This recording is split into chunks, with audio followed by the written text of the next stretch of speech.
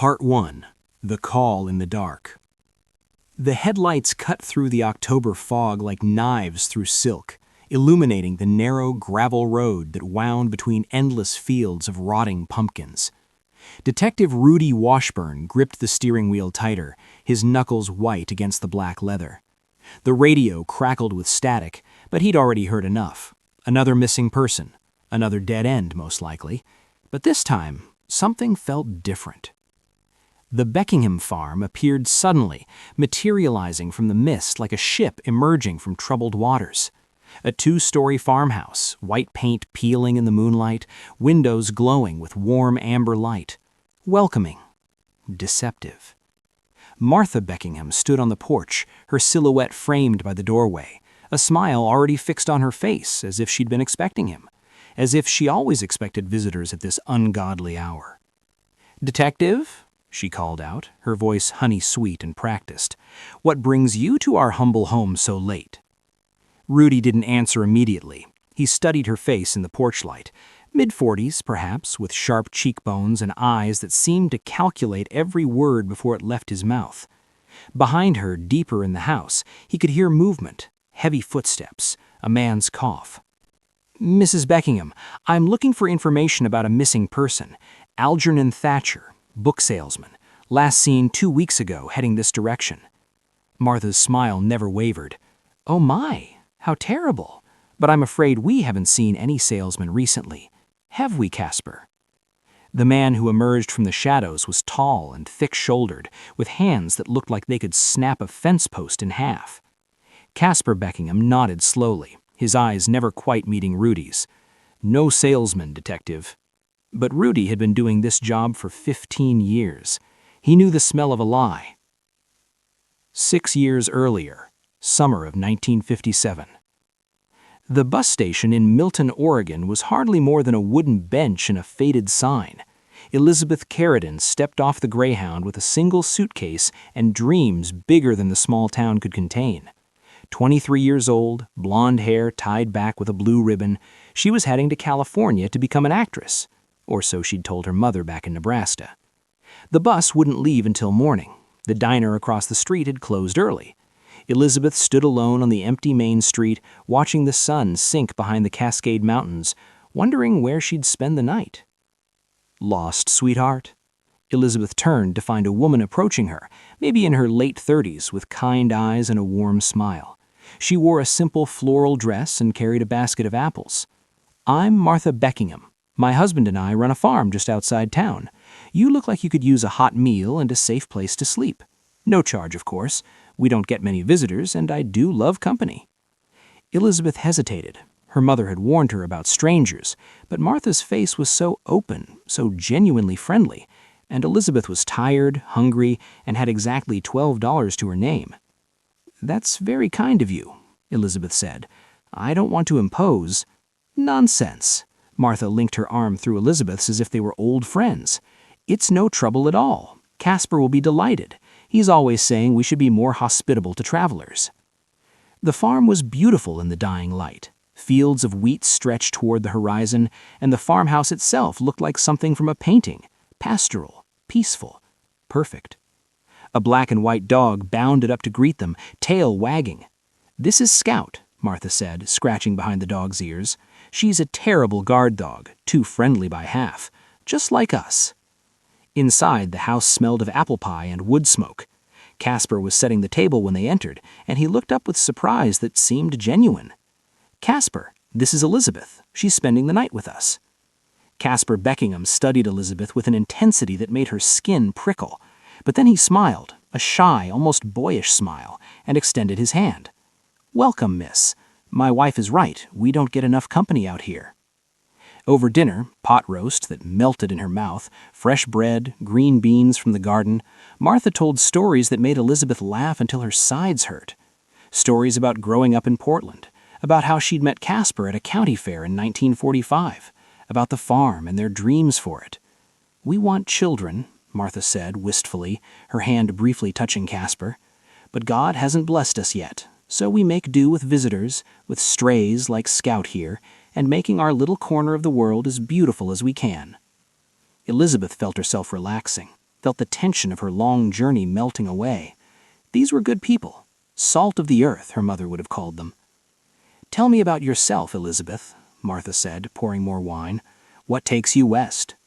And Elizabeth talked. She talked about her dreams, her fears, her plans. She talked more than she had intended, the wine loosening her tongue. Martha's interested questions drew out secrets she'd never shared with anyone. She didn't notice when the wine glass was refilled.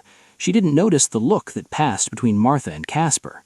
She didn't notice the bitter aftertaste that lingered at the back of her throat.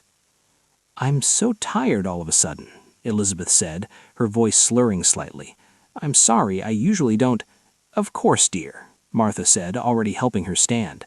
"Let me show you to your room. The bus isn't until 9 tomorrow. You'll need your rest." Elizabeth leaned heavily on Martha as they climbed the stairs. The hallway seemed to stretch impossibly long. The floral wallpaper swam before her eyes.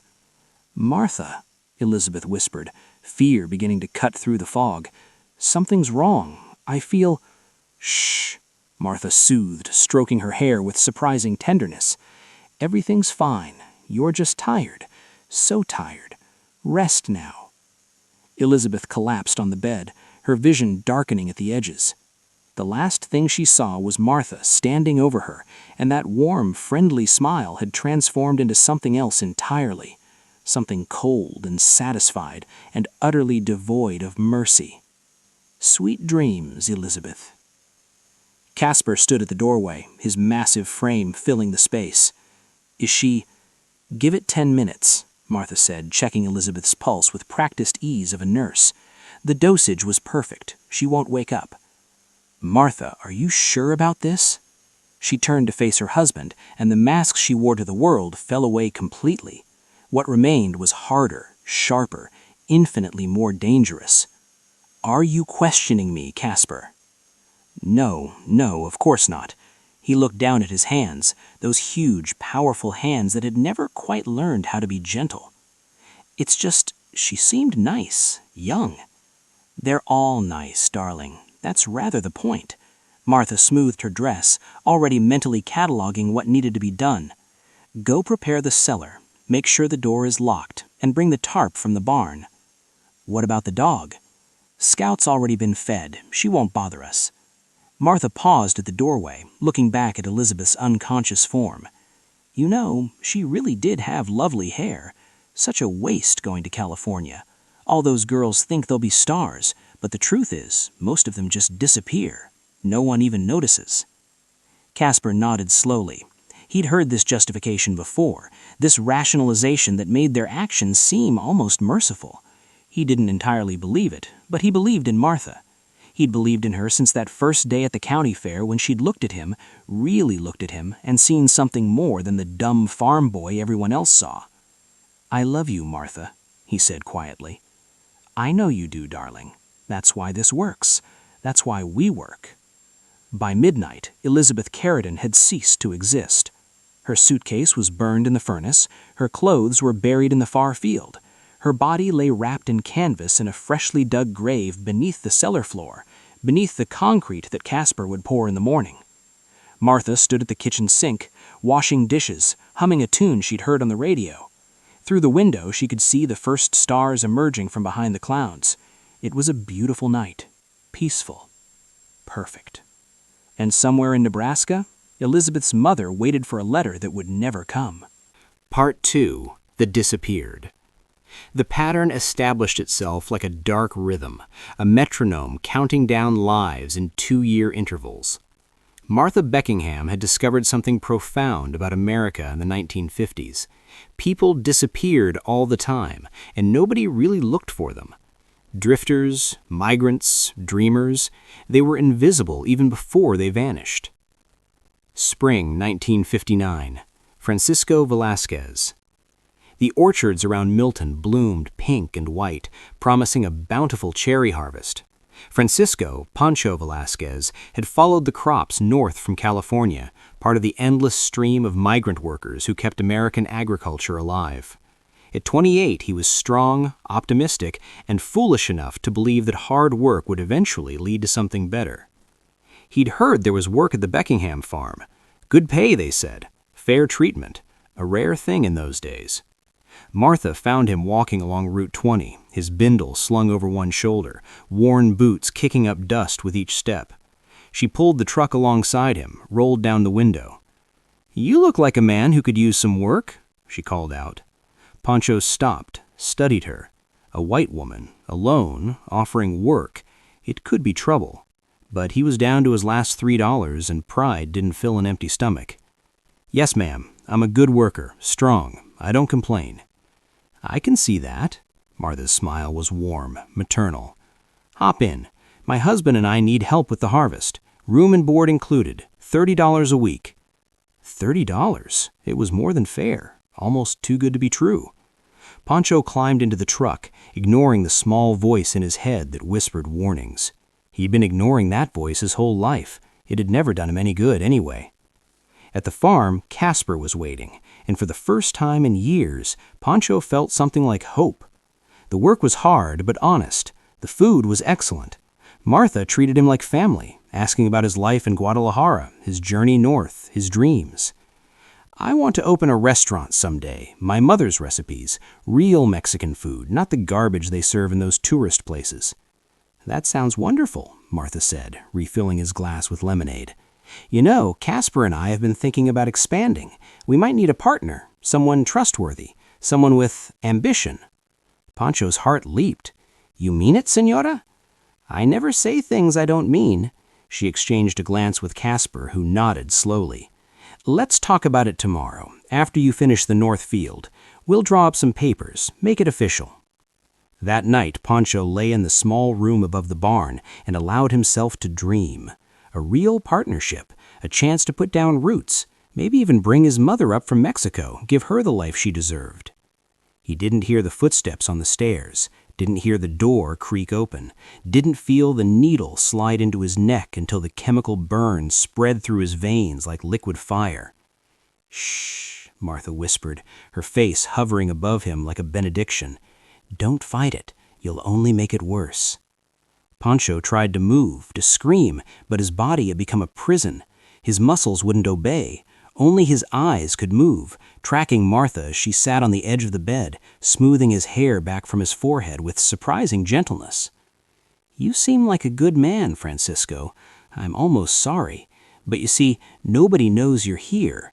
Nobody's expecting you anywhere. You're perfect." She leaned closer. "Do you know what that's like, to be invisible? We're making you matter. We're making you important. You'll never be forgotten. Not by us." The last thing Pancho saw was Casper's massive silhouette in the doorway, shoulders slumped with something that might have been regret. Then the darkness took him, and Francisco Velasquez joined Elizabeth Caridin in the cold earth beneath the cellar floor. Summer 1960. Irene and Celeste Dubois. The mother and daughter had driven down from Vancouver in a powder-blued Chevrolet Bel Air, touring the American West before Celeste started college in the fall. Irene Dubois was 42, a widow, a high school French teacher who'd saved for 5 years to give her daughter this adventure. Celeste was 19, beautiful in that careless way of youth, already accepted to McGill University with plans to study medicine. They stopped in Milton because the Bel Air's engine was making an ominous rattling sound. The mechanic at Lou's garage said it would take 2 days to get the parts, maybe 3. "There's a boarding house on Maple Street," Lou suggested, wiping his hands on a greasy rag. "Or you could try the Beckingham place. Martha sometimes takes in travelers. Cheaper than the boarding house, and her cooking's better too." Martha found them walking along Route 20. Martha received them like long-lost relatives, embracing Irene and exclaiming over Celeste's beauty in flawless French that surprised them both. "My grandmother was from Lyon. I spent summers there as a girl. Oh, it's so wonderful to have educated company. You must stay as long as you need. I won't hear of you spending money on that dreadful boarding house." Over the next 2 days, the 4 of them, Martha, Casper, Irene, and Celeste, formed what felt like a genuine friendship. They played cards in the evening, discussed literature and politics, worked together in the garden. Martha showed Celeste how to can preserves. Casper taught her how to identify edible mushrooms in the nearby woods. "You have such a beautiful home," Irene said, on the second evening, sipping wine on the porch as the sun set. "Such a beautiful life. I envy you." "Do you?" Martha's voice was soft, almost sad. "Sometimes I think we're too isolated here, too removed from the world. You and Celeste, you have purpose, education, ambition, dreams. What do we have? Just this farm and each other." "That's more than most people have," Irene said, reaching over to squeeze Martha's hand. "You've built something real here, something lasting." Martha looked at Irene's hand on hers, felt the warmth of human connection, and for just a moment something flickered in her eyes, something almost like regret. But it passed quickly, replaced by the cold calculus that had governed her life for the past 3 years. "You're very kind," she said. "I hope we can stay in touch, after you leave." But they wouldn't leave. Not really. The poisoning was more difficult this time. 2 people meant double the risk, double the chance of something going wrong. Martha had to be careful, had to time it perfectly. She used the mushrooms, the ones that Casper had shown Celeste. Amanita phalloides, the death cap. Cooked properly, mixed with butter and wine and her special herbs, they tasted delicious, and by the time symptoms appeared, it would be too late for medical intervention. "I'm not feeling well," Celeste said halfway through dinner, her face suddenly pale. "Mama, Irene started to rise, but her legs wouldn't support her.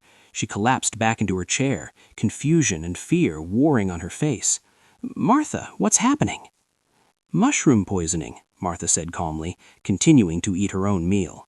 "The death cap variety. You have maybe 8 hours before liver failure, 12 before kidney shutdown. There's no antidote out here. Even if we drove you to Portland right now, you wouldn't make it."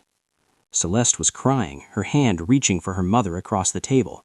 "Please, please, we didn't do anything. Why?" Martha set down her fork, daubed her lips with a napkin. "That's the tragedy, isn't it? You're both lovely people, but you made one mistake. You're alone. No one knows you're here. The mechanic thinks you left yesterday headed south. Your car's already in pieces in our barn. And when you don't arrive home, people will assume you had an accident somewhere on the road. They might even search for you for years, but they'll never look here." Irene tried to speak, but blood was already appearing at the corners of her mouth. The damage was progressing faster than Martha had anticipated. She watched with clinical interest, noting the progression of symptoms, calculating adjustments for next time. "Don't let them suffer," Casper said quietly from the kitchen doorway. "Martha, please." She considered this, then nodded. "You're right. That would be cruel." The morphine she injected in their arms was a mercy, and as mother and daughter slipped into unconsciousness, still holding hands across the table, Martha felt something she hadn't expected to feel. Envy. They had each other. Even in death, they weren't alone. The cellar gained 2 more graves that night. The Bel Air was stripped for parts and buried in the south field. And somewhere in Vancouver, a neighbor began collecting mail for the Dubois family, assuming they'd been delayed on their journey, never imagining they'd already reached their final destination. October 1962. Algernon Thatcher. Algernon Algie Thatcher was not a typical door-to-door salesman. At 35, he'd graduated from Yale with a degree in English literature and had spent 10 years working for a prestigious Boston publishing house before a scandal, someone else's wife, poor judgment, excellent lawyers, had sent him west to rebuild his life. He sold encyclopedias now, which felt like a cosmic joke, from editing Hemingway to hawking volumes of collected knowledge to farmers and housewives. But Algie was good at it. He had the education, the accent, the natural charm. He could make people feel sophisticated for buying his books, could paint pictures of their children using these volumes to escape their small-town lives and achieve greatness. He'd sold 3 sets in Milton already when he knocked on the Beckingham's door that cool October afternoon. Martha answered, wearing an apron dusted with flour, looking every inch the wholesome farm wife. But when she saw Algie, handsome, articulate, clearly educated, something shifted in her expression. Interest. Real interest. "Mrs. Beckingham, I represent Britannica." "I know who you represent," Martha interrupted, her smile bright. "Come in, please. It's not often we get visitors with actual culture out here." Over coffee and fresh-baked pie, Algy delivered his pitch, but he found himself distracted by Martha. She was sharp, well-read, capable of discussing Proust and Fitzgerald with genuine insight. She was wasted out here, he thought. Wasted on this farm, this life. "You should be teaching," he said impulsively, "at a university. You have a brilliant mind." "Do I?" Martha's eyes glittered with something dangerous. "How kind of you to notice." Casper arrived home to find them still talking, now about philosophy, about existentialism, and Sartre's concept of bad faith. He stood in the doorway, watching his wife come alive in a way she rarely did, and felt something cold settle in his stomach. "Casper," Martha said, not taking her eyes off Algy, "this is Mr. Thatcher. He's going to stay for dinner. We have so much more to discuss." Dinner stretched into evening, evening into night. Martha opened her best wine, the bottle she usually saved for special occasions. Algy found himself telling stories he'd sworn never to tell again, about Boston society, about the affair that had ruined him, about his dreams of writing the great American novel that he'd abandoned for this degrading sales work. "Don't give up on your dreams," Martha said, her hand briefly touching his. "I promise you, you won't give up." "I promise," Algy said, and he meant it. For the first time in years, he meant it. The poison in the wine worked slowly, more slowly than usual. Martha had miscalculated, too engaged in conversation to measure properly. Algy made it as far as the front porch before his legs gave out. "Martha?" he gasped, confusion clouding his features. "I don't understand. What did you—" She knelt beside him, cradling his head in her lap. "Shh, I'm sorry, Algy. I really am. You reminded me of who I used to be, who I might have been in another life." "Why?" The word was barely a whisper. "Because I can," she said simply.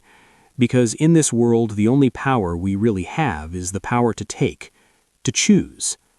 And I choose this." Algernon Thatcher died on the Beckingham's front porch, looking up at the stars, wondering if the great American novel he'd never write would have been any good anyway. His body joined the others in the cellar, his sample case of encyclopedias burned, his car driven to Portland and abandoned near the docks. And in Boston, his sister Cassandra received one last postcard, postmarked from Seattle, saying he'd found work and was finally happy. She kept that postcard for years, treasuring it, never knowing it had been written by Martha Beckingham's careful hand, copying Algy's flowing script from the notes in his sales ledger. 4 graves now. 4 lives erased, and Martha and Casper Beckingham continued their quiet life on the farm, model citizens of Milton, Oregon, always ready with a smile and a warm welcome for travelers passing through. The only evidence of their crimes lay beneath the cellar floor, beneath concrete and earth, waiting patiently to be discovered. Part 3. Under Suspicion. The letter arrived at the Milton Sheriff's Office on a Tuesday morning in November 1963, 3 weeks after President Kennedy's assassination had plunged the nation into mourning. Sheriff Dale Kowalski barely glanced at it before passing it to his senior detective. "Another missing person inquiry," Dale muttered. "From Boston. Some woman looking for her brother." Detective Washborne took the letter, adjusting his reading glasses. The handwriting was elegant, controlled, the words chosen carefully. Cassandra Thatcher was not a woman prone to hysteria. "Dear Sheriff Kowalski, I am writing to inquire about my brother Algernon Thatcher, who I believe may have passed through your jurisdiction in early October. Algy was an encyclopedia salesman working the Oregon Territory. His last postcard, postmarked from Seattle on October 15th, mentioned he'd made several successful sales in Milton and was planning to work the area for another week before moving north. Since that postcard, I have heard nothing. This is unlike my brother, who writes weekly without fail. His employer has not heard from him either. His territory supervisor reports that Algy never arrived in Seattle, never turned in his sales orders, and never collected his commissions, nearly $300 he was owed. I am deeply concerned. I know my brother had his troubles, but he was rebuilding his life. He would not simply abandon his work, and he would never leave money uncollected. Something has happened to him. I respectfully request that you make inquiries in Milton. Perhaps someone remembers seeing him or knows where he might have gone. Sincerely, Cassandra Thatcher. Rudy read the letter twice, something nagging at the back of his mind. Missing salesmen weren't uncommon. They drank their commissions, ran off with local women, started new lives in new towns. But $300 was a lot of money to leave behind, and that detail about the weekly letters felt significant. Consistent behavior, suddenly disrupted. He walked to the filing cabinets in the corner, pulled out the drawer labeled Missing Persons, Active. The files were thin, dusty. Milton was a quiet town. Nothing ever happened here. Except when he spread them out on his desk, a pattern emerged like a photograph developing in a darkroom. Elizabeth Caridin, last seen Milton bus station. Never boarded her morning bus to California. Francisco Velasquez, last known location April 1959, Route 20 near Milton. Never arrived at his next job site in Washington. Irene Dubois and daughter Celeste, July 1960. Car broke down in Milton. Mechanic Lou Brenner said they picked up their repaired vehicle and left town. But Canadian authorities confirmed they never returned home, never crossed the border, simply vanished. And now, Algernon Thatcher, October 1962. Last seen, Milton. 5 people. 6 years. All disappeared from the same small town. Rudy felt ice water in his veins. This couldn't be coincidence. He started with Lou Brenner, the mechanic who last seen the Dubois women. "Sure, I remember them," Lou said, wiping his hands on a rag that probably never been clean. "Nice ladies, French. The car needed a new water pump. Took me 3 days to get the part." "And they stayed where during those 3 days?" Lou scratched his head. "You know, I told them about the boarding house on Maple, but I think someone mentioned the Beckingham place. Martha sometimes takes in travelers. Cheaper, and she's a hell of a cook." "The Beckingham farm, out on Route 20. "That's the one. Why? Something wrong?" Rudy didn't answer.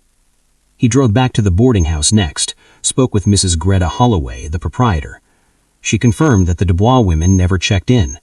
"I remember because I'd prepared a room for them. Lou had called ahead, but they never showed." "Did Lou say where they went instead?"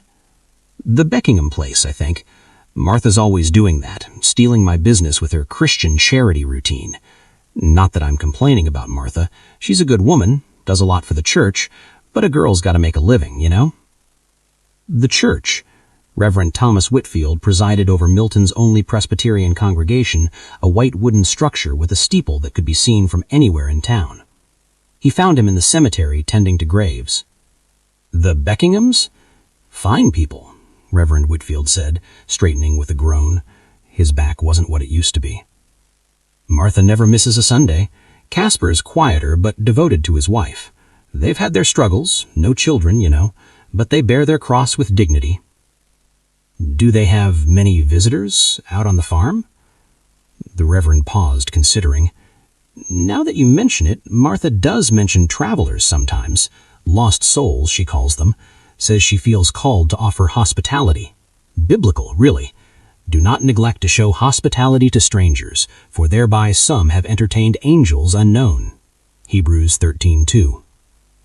"And these travelers, do they ever come back? To church, I mean? To thank the Beckinghams?" The Reverend's face clouded. I don't recall any doing so, but then travelers are transient by nature, aren't they? Here today, gone tomorrow." Gone tomorrow. The phrase echoed in Rudy's mind as he drove back to the office. That evening, he created a timeline on the chalkboard in the conference room. 5 names, 5 disappearances, and when he plotted them on a map of the area, every single one of them had last been seen within 5 miles of the Beckingham farm. Sheriff Kowalski stood in the doorway, arms crossed. "You really think Martha and Casper are involved? Come on, Rudy, this is Martha Beckingham we're talking about. She makes cookies for the Christmas bazaar." "Serial killers make cookies too, Dale. They have to eat something between murders." "That's not funny. It's not meant to be." Rudy tapped the chalkboard. 5 people, Dale, maybe more. All disappeared from the same area over 6 years. No bodies, no evidence, no trace. That doesn't happen naturally. Someone's making them disappear. Or they're just drifters who moved on and left their cars, their money, their lives? Rudy shook his head. The Dubois women were going home to Canada. Celeste had been accepted to medical school. Why would they abandon everything? Dale was quiet for a long moment. What do you want to do? Talk to them, the Beckinghams. See if they remember any of these people. And if they do, then we dig deeper. And if they don't, if they claim not to remember people who definitely stayed at their farm, then we know they're lying, and we find out why. The conversation with the Beckinghams had been brief, professional, and utterly unsatisfying. Yes, they remembered some travelers over the years. No, they couldn't recall specific names or dates. So many people passed through, you understand. They tried to help when they could, but it was hard to keep track. Martha had been particularly convincing, her face open and concerned, her tone suggesting she wished she could be more helpful. Casper had said little, nodding along with his wife's statements, his massive hands folded in his lap like sleeping animals. But Rudy had watched their eyes. Martha's never quite met his, always sliding away at the crucial moment, and Casper's held something that looked disturbingly like guilt. If you remember anything, Rudy said, handing Martha his card, please call. These families deserve answers. Of course, Martha said, her smile warm and sympathetic. I'll pray for them, for all of them. As Rudy drove away, he looked in his rearview mirror. Martha stood on the porch, watching him go, her hand raised in a friendly wave. But even from this distance, he could see that her smile had already faded, replaced by something colder, something calculating. She knew he suspected, and worse, she didn't seem concerned. 3 days later, Cassandra Thatcher arrived in Milton, having taken a week's leave from her teaching position at Radcliffe. She was 40 years old, unmarried, with iron-gray hair and eyes that missed nothing. She reminded Rudy of the headmistress who terrorized him in grade school. Detective Washborne? She extended her hand, her grip firm. Thank you for responding to my letter. Has there been any progress? Over coffee at Helen's diner, Rudy shared what he'd learned, watching Cassandra's face grow progressively grimmer. 5 people, she said finally. You believe my brother is the 5th? I believe he's one of several, yes. But without bodies, without physical evidence, I can't prove anything. The Beckingham farm, you think they're involved. It wasn't a question. Cassandra Thatcher was clearly a woman who drew her own conclusions. I suspect. I don't know. Then we need to know. She leaned forward, her voice dropping. Detective, I understand you're constrained by law, by procedure, but I'm not. I'm just a sister looking for my brother. What would you do if I happened to visit the Beckinghams, ask them about Algie, see their reactions? Rudy should have said no, should have warned her off, told her to let law enforcement handle it. But he thought about 5 missing people, about families with no answers, about Martha Beckingham's cold smile. I'd say be careful, he said quietly, and I'd say that if you noticed anything unusual, anything at all, you should report it immediately. Cassandra smiled, and Rudy saw steel behind it. I'll visit them tomorrow afternoon, as a concerned sister, nothing more. Nothing more, Rudy agreed, but they both knew it was a lie. Martha Beckingham opened the door to find a severe-looking woman on her porch, dressed in a sensible gray suit and carrying a worn leather briefcase. Mrs. Beckingham? My name is Cassandra Thatcher. I'm looking for my brother, Algernon.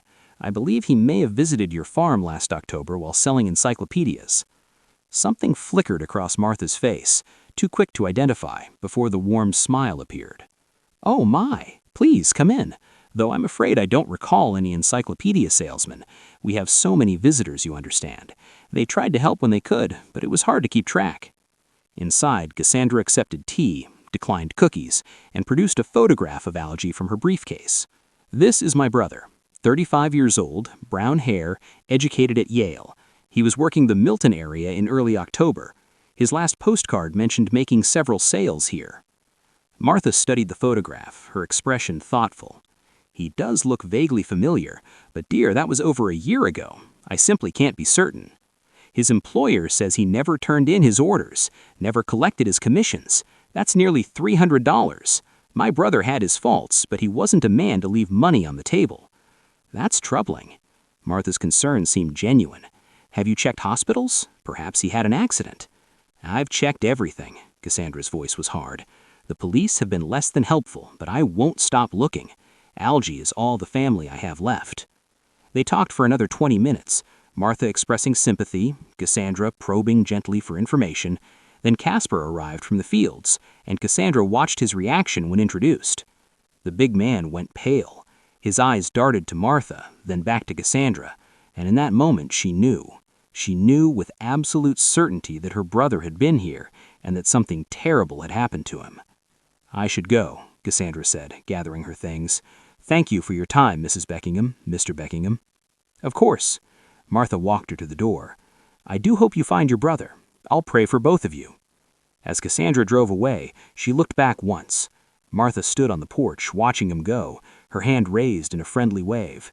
But even from this distance, she could see that her smile had already faded, replaced by something colder, something calculating. She knew he suspected, and worse, she didn't seem concerned. 3 days later, to Del Rudy of Merle of Nesat Wari. The surveillance began on a gray November morning, so cold that frost clung to the grass like crystallized despair. Rudy sat in an unmarked car half-mile from the Beckingham farm, watching through binoculars as smoke rose from the chimney. Ordinary, peaceful, deceptive. Sheriff Kowalski had been reluctant to authorize the surveillance. Based on what? A hunch? The fact that missing people might have stopped at their farm? Half the travelers in Oregon have probably stopped there at some point. "Then let me prove it," Rudy argued. "Give me 2 weeks. If I find nothing, I'll drop it." Dale had relented, but only because Cassandra Thatcher had gone to the mayor, to the newspapers in Portland, making noise that couldn't be ignored. A Yale graduate vanished. A Canadian mother and daughter disappeared. The pressure was building. For 3 days, Rudy watched. Martha followed her routine with clockwork precision. Church on Sunday, market on Tuesday, gardening, cooking, the rhythms of farm life. Casper worked the fields, repaired fences, chopped wood. They seemed like any other rural couple, counting down the years to retirement. But on the 4th night, something changed. A car pulled up to the farm at 10:30 p.m., late for visitors in farm country. Rudy grabbed his camera, adjusted the telephoto. The driver was a woman, maybe 30, with auburn hair and a suitcase. She looked tired, uncertain. Martha appeared on the porch before the woman even knocked, that welcoming smile already in place. Rudy's blood ran cold. He was watching it happen, right now. Another victim walking into the trap. He reached for his radio, but hesitated. What could he say? A woman was visiting the Beckinghams? That wasn't a crime. He had no probable cause for intervention, no legal basis to stop what was unfolding before him. The woman and Martha talked on the porch for minutes. Then Martha gestured inside, and the woman followed, her posture relaxing, trusting. Rudy made a decision. He drove to the nearest payphone and called the station. "I need Deputy Morris out at the Beckingham place now. Tell him to approach with caution. Claim we're checking on a reported prowler in the area." "Rudy, what?" "Just do it, Dale. We might be saving a life." 30 minutes later, Deputy Frank Morris pulled up to the farm, and Rudy watched from his hidden vantage point as Martha answered the door. The conversation was brief. Martha shook her head. No prowlers, everything fine, just entertaining a friend whose car had broken down. The deputy tipped his hat and left. The woman was alive, for now. Rudy didn't sleep that night. He stayed in his car, watching, waiting. The lights in the farmhouse went out around midnight. At 3 a.m., he saw a flashlight beam in one of the lower windows. The cellar, maybe. Then darkness again. At dawn, the auburn-haired woman emerged, got in her car and drove away. Alive, unharmed. Rudy sagged with relief. The deputy's visit had saved her, had interrupted whatever Martha had planned. But Martha knew she was being watched. The game had changed. Cassandra Thatcher wasn't content to wait for police procedures. While Rudy conducted his surveillance, she conducted her own investigation, talking to everyone in Milton who might remember travelers from the past 6 years. At the diner, waitress Helen Morrison remembered the Dubois women. "Sweet ladies, the daughter wanted to be a doctor. I remember thinking how proud her mama looked. They were heading home after they got their car fixed." "Did they mention where they stayed while waiting for repairs?" "The Beckingham place, I think. Martha offered, and who could refuse? She's got that way about her. Makes you feel special, you know?" At the post office, clerk Raymond Chu recalled Francisco Velasquez. "Bought stamps. Said he was mailing money to his mother in Mexico. Showed me a picture of her. He was a good son. Did he say where he was working? Some farm. Didn't catch the name, but he seemed happy about it. Said they were treating him fair, might even make him a partner. The pieces fit together like a jigsaw puzzle of horror. Every victim had been vulnerable, alone, transient, disconnected, and every one had encountered Martha's seemingly limitless hospitality.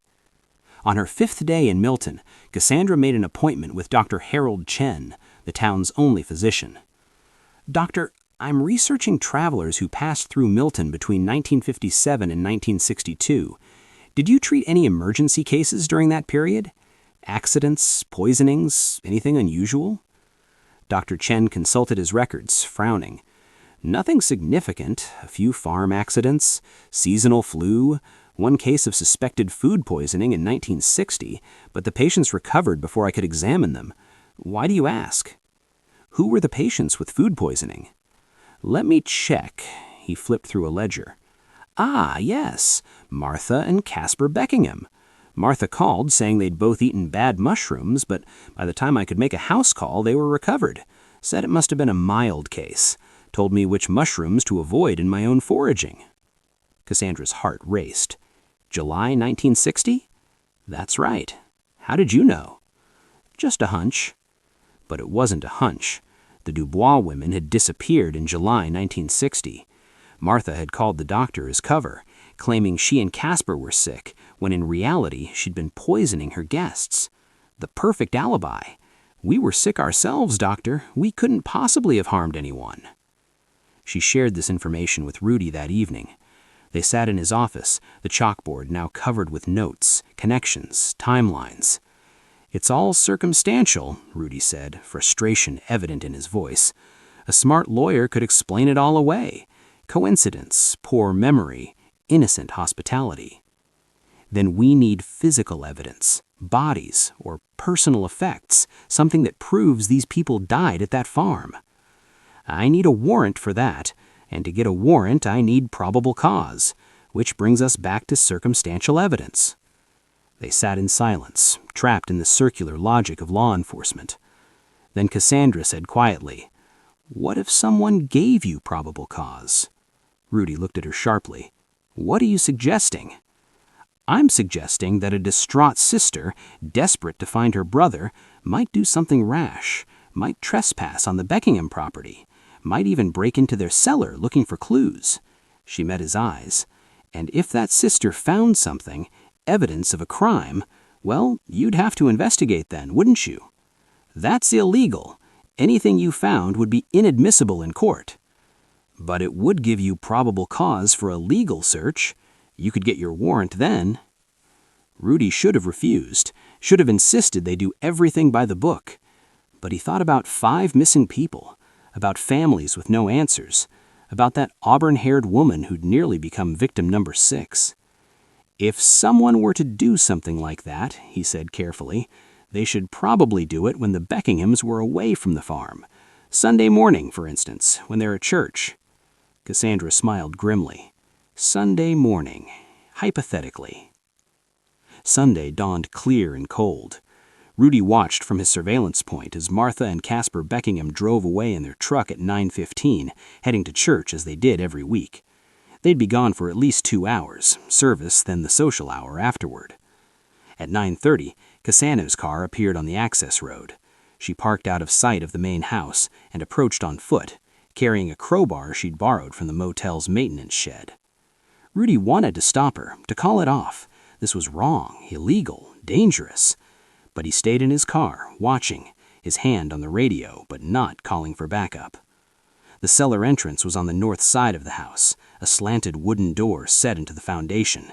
Cassandra worked the crowbar into the lock, her hands shaking from cold and adrenaline. The lock gave with a crack that seemed impossibly loud in the morning silence.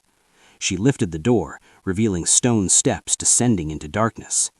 Taking a flashlight from her coat, she began to descend. The cellar was larger than expected, with a dirt floor and stone walls. Storage shelves lined one side, canned goods, tools, nothing unusual. But the floor in the center looked different. Newer concrete, a rectangular section perhaps 8 feet by 12 feet, not quite matching the older concrete around it. Cassandra knelt, running her hand over the surface. The concrete was smooth, recently poured, recently within the last few years, certainly. She returned to her car, retrieved a tire iron, and began working at the edge of the new concrete. It had been laid in sections, probably to make it easier to access what lay beneath. The sections weren't properly sealed, an amateur job done quickly. The tire iron found purchase, and a chunk of concrete lifted free. The smell hit her immediately. Decay, earth, chemicals. She covered her mouth and nose, shining her flashlight into the gap. Fabric, a piece of blue cloth, faded and stained. She pulled, and more emerged. A woman's dress, the kind popular in the late 50s. And beneath it, the unmistakable curve of bone. Cassandra didn't scream, didn't cry. She simply stood, walked to her car, and drove directly to the sheriff's office. I broke into the Beckingham cellar. There are bodies, multiple bodies, buried under concrete. I didn't imagine it. My brother is down there. They're all down there. Rudy was already grabbing his coat, his radio. Dale, get the state police on the line, and get Judge Morrison out of church. I need a search warrant for the Beckingham property. Now. Within an hour, a caravan of police vehicles descended on the farm. Martha and Casper returned from church to find their driveway blocked, their cellars swarming with investigators, their perfectly maintained facade crumbling like the concrete that had hidden their crimes. Martha stepped out of the truck, saw the chaos, and smiled. Not the warm, welcoming smile she showed the world, but something colder, more honest. She'd known this day would come eventually. Part of her seemed almost relieved. Casper, however, collapsed against the truck, his face in his hands, shoulders heaving with sobs. "Mr. and Mrs. Beckingham," Rudy approached with handcuffs, "you're arrested for murder." Martha held out her wrists without resistance. "It took you long enough, Detective. I was beginning to think you'd never figure it out."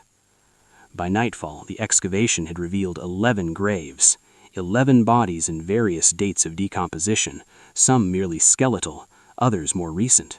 Personal effects were found with each: Elizabeth Cardin's blue ribbon, Francisco Velasquez's rosary, Irene Dubois' wedding ring, Algernon Totcher's Yale class ring. The quiet farm in Oregon had become a graveyard, and Martha Beckingham, who'd made cookies for the Christmas bazaar and never missed a Sunday service, was revealed to be one of the most prolific serial killers in American history. The trap had closed. Justice, delayed but not denied, had finally arrived. Part 5. Justice.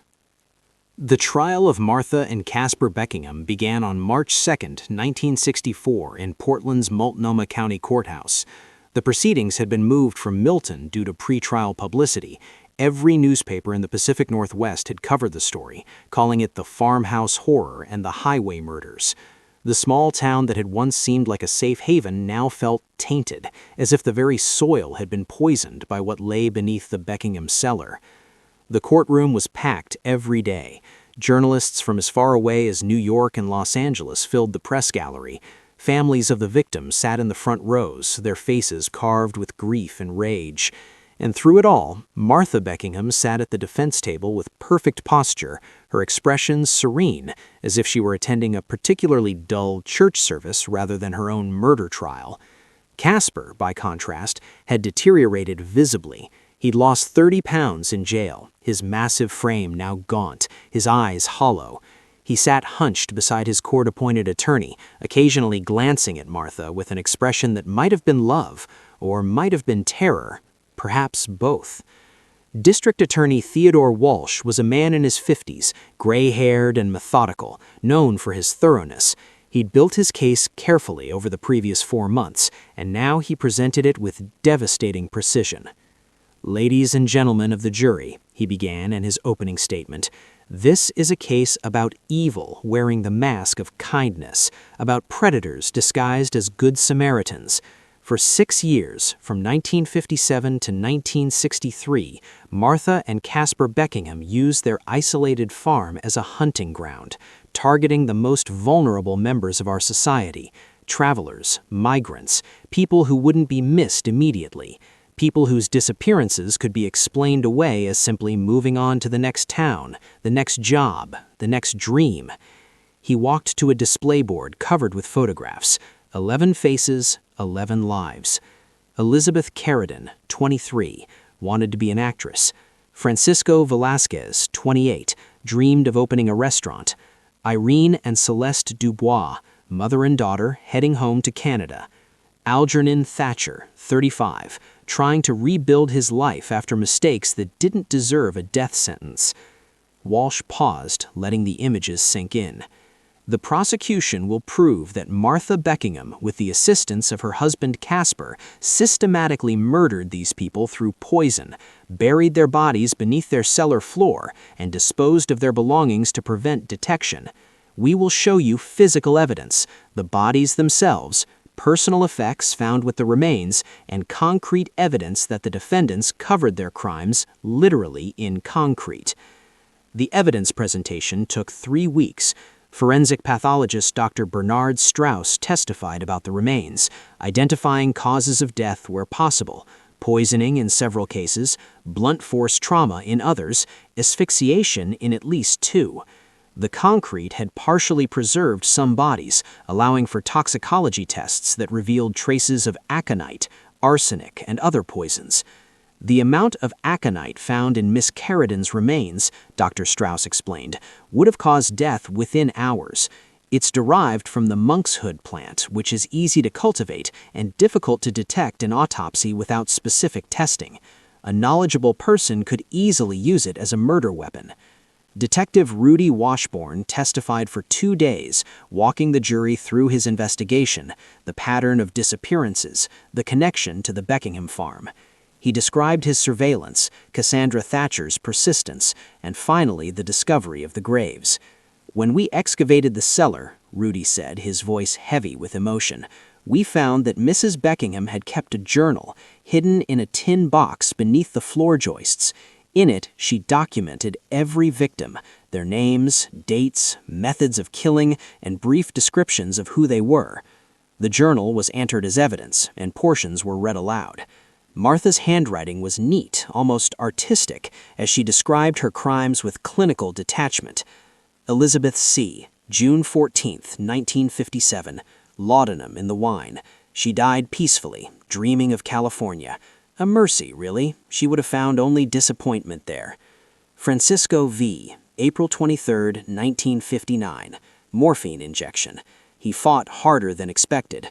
Note, increased dosage for man over 175 pounds. Irene and Celeste Dubois, July 18, 1960. Amanita phalloides.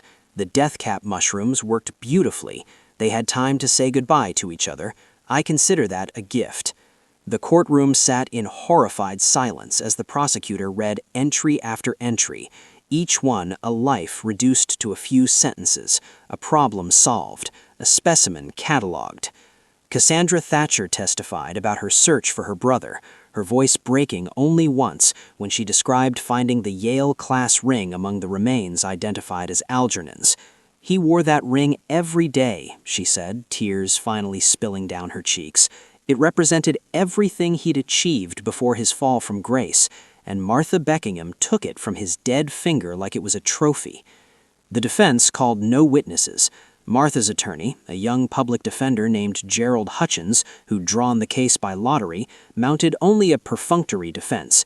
He suggested that Casper had been the primary killer, that Martha had been coerced, had lived in fear of her violent husband. But when Martha herself took the stand, against her attorney's advice, this narrative collapsed completely. She wore a simple blue dress, her hair pulled back, looking every inch the respectable farm wife. But when District Attorney Walsh began his cross-examination, something shifted in her demeanor. The mask dropped. "Mrs. Beckingham, did you kill these people?" "Yes." Her voice was calm, matter-of-fact. "I did." A murmur rippled through the courtroom. Judge Carlson rapped his gavel. "Can you tell the court why?" Martha considered this, tilting her head slightly. "Because I could.